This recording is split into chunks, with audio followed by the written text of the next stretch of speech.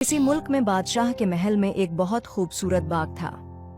उसने उसकी देखभाल के लिए बहुत से माली मुकर्रर कर रखे थे, लेकिन कुछ अरसे से ऐसा हो रहा था कि रोजाना रात को कोई अजीब व गरीब मखलूक बाग में आती और दरख्तों की शाखें तोड़ देती।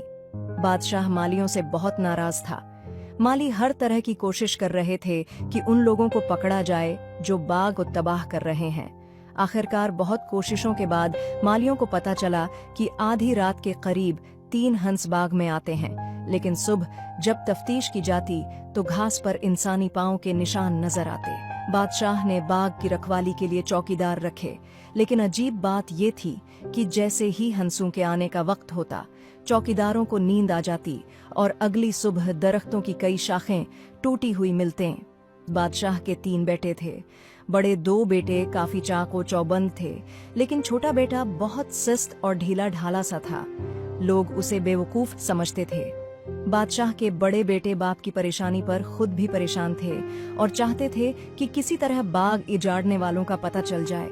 चुनांचा सबसे बड़े शहजादे ने बादशाह से कहा, आबा जान, मुझे इजाजत दीजिए कि मैं इन लोगों का पता लगाऊं जो हमारे बाग को तबाह कर रहे हैं। बादशाह ने कहा, जरूर, तुम ये काम नहीं करोगे तो और कौन करेगा। बड़ा शहजादा शाम होते ही बाग में दाखिल हो गया और बादाम के दरख्त के नीचे छिप कर बैठ गया।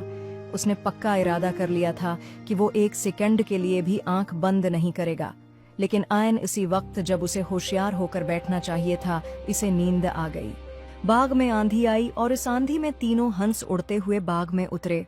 सुबह जब बादशाह शहजादे का कारनामा देखने आया तो ये देखकर बहुत मायूस हुआ कि शहजादा गहरी नींद सविया हुआ था और इस दरख्त की 3 शाखें टूटी हुई थीं जिसके नीचे वो लेटा था। बादशाह को बहुत गुस्सा आया। वो नाराज होकर बोला, अगर तुम मेरे बेटे न होते तो मैं तुम्हारे कान और नाक कटवा कर गुधे पर सवार करके पूरे शहर में घुमाता। अगले दिन दूसरे शहजादे ने चोरों को पकड़ने का इरादा किया, लेकिन उसके साथ भी वही कुछ हुआ जो पिछली रात बड़े शहजादे के साथ हुआ था।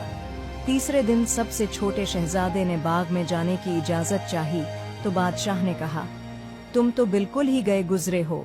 तुम्हारे बड़े भाई जो बहुत चालाक और होशियार हैं, वो ये काम न कर सके, तुम कौन सा तीर मार लोगे। लेकिन जब छोटे शहजादे ने बहुत जिद की तो बादशाह ने उसे इजाजत दे दी और वो शाम को बाग में दाखिल हो गया। वो ये सुन चुका था कि ऐन इसी वक्त हंस बाग में दाखिल होते हैं जब चौकीदारों को नींद आ जाती है। वो नहीं चाहता था कि अपने भाइयों की तरह वो भी सो जाए। उसने चाकू से अपनी अंगली पर जख्म लगाया और इस पर थोड़ा सा नमक छिड़क दिया ताकि दर्द की वजह से उसे नींद न आए। अंधेरा छा गया।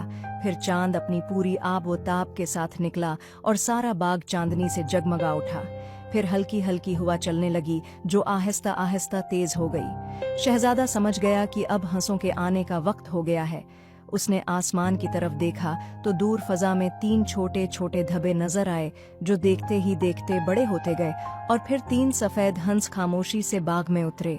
उनके परों की आवाज भी सुनाई न दी। शहजादा चौंकना हो गया और जल्दी से एक झाड़ी में छिप गया। वो ये देखकर हैरान रह गया कि तीनों हंस शहजादियों के रूप में बदल गईं और उन्होंने अपने पर उतार कर इसी झाड़ी के पास रख दिए जहां वो छिपा हुआ था।